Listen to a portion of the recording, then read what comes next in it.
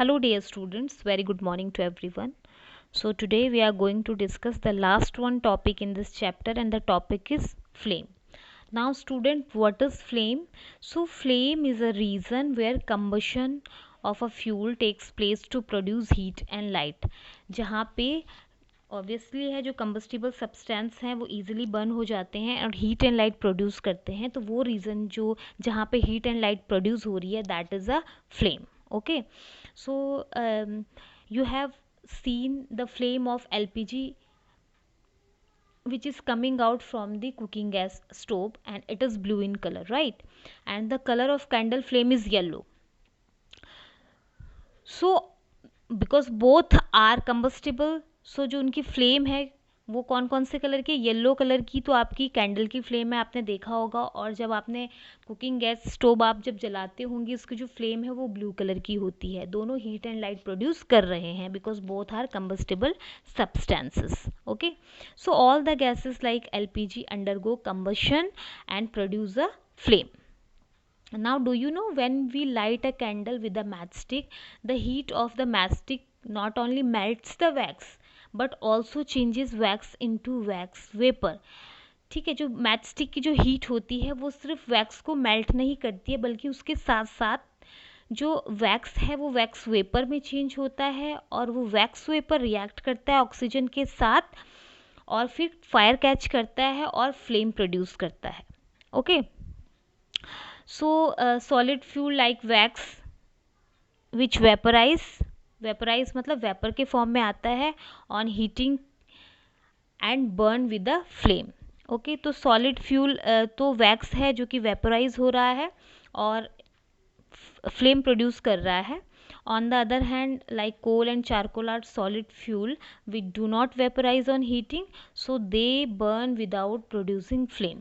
Okay, तो आपने देखा होगा जो आपका कोल है, आपका चारकोल है, ये क्या है? वेपराइज नहीं होते हैं, तो ये बिना किसी फ्लेम के साथ फ्लेम प्रोड्यूस नहीं करते हैं मतलब. ठीक है, और आपका अगर हम लिक्विड फ्यूल की बात करें तो कैरोसिन ऑयल है, मस्टर्ड ऑयल है which vaporise on heating and burn with a flame. Now as you can see here, structure of a candle flame. So a candle flame consists of three main zones depending upon the amount of air it receives. So the zones have different colors and temperature. So यहाँ पे आप देख सकते हो सबसे hottest part जो है ये आउटर मोस्ट जो जोन है that is a hottest part, और इसे नॉन ल्यूमिनस जोन भी कहते हैं, और यहाँ पे कंप्लीट कंबशन होता है. फिर जो मिडिल पार्ट है आपका मॉडरेटली हॉट होता है. मिडिल पार्ट जो है, मिडिल जोन जो है येलो कलर का होता है एंड इसे ल्यूमिनस जोन भी कहते हैं, और इसमें जो कंबशन होता है वो पार्शियल होता है. एंड जो सबसे लास्ट में आप देख रहे हैं लीस्ट हॉट जो है that is a inner zone which is black in colour, और जहाँ पे आपका अनबर्न वैक्स वेपर्स प्रेजेंट होता है. Okay,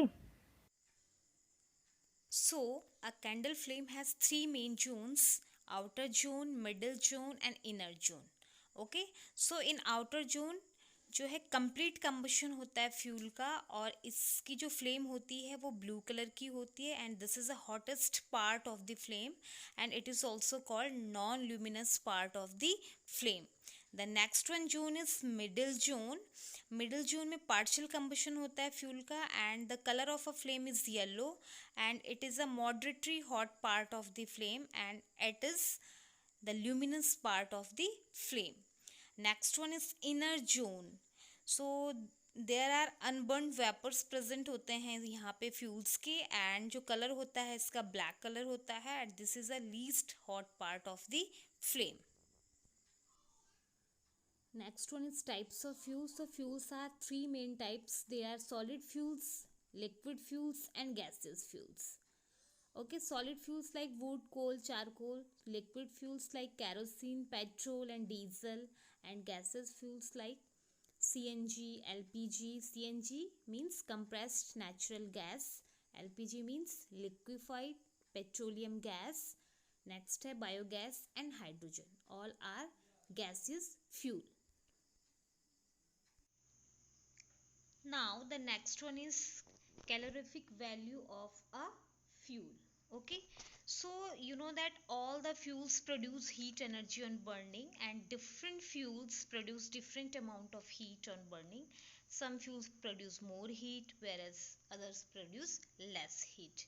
So firstly, what is calorific value of a fuel? So the amount of heat energy produced on complete combustion of 1 kilogram of fuel is called its calorific value. मतलब कि 1 kilogram fuel को complete combustion मतलब complete burning के बाद जितनी amount में heat और energy produce होती है वो उस फ्यूल की कैलोरीफिक वैल्यू है. ओके, 1 किलोग्राम फ्यूल जब कंप्लीट कंबशन उसका हो जाता है और जितनी अमाउंट में उस टाइम हीट और एनर्जी रिलीज होती है प्रोड्यूस होती है वो उस फ्यूल का calorific value कहलाता है. Okay, so the calorific value of a fuel is expressed in kilojoule per kilogram. Kilojoule पर kilogram. Okay,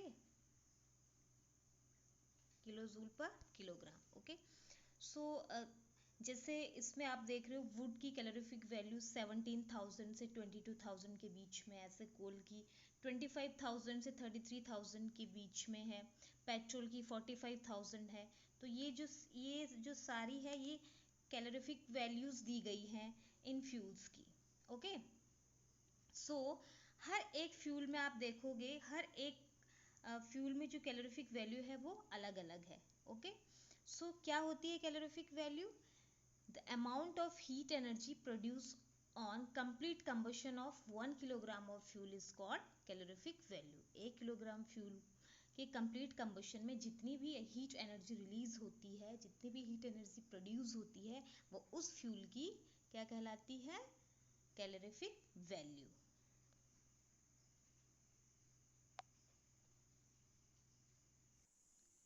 now the next one is characteristics of a good fuel. क्या क्या कैरेक्टरिस्टिक्स होनी चाहिए एक good fuel की?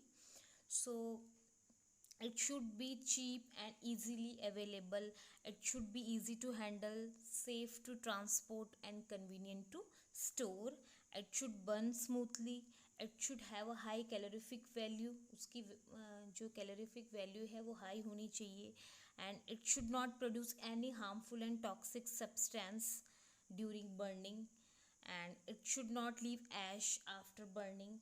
Okay, जैसे आप would को अगर हम बर्न करते हैं तो उसके बाद ऐश लीव करता है, और लेकिन एक आइडियल फ्यूल जो है should not leave ash after burning. Okay, and it should have a proper ignition temperature.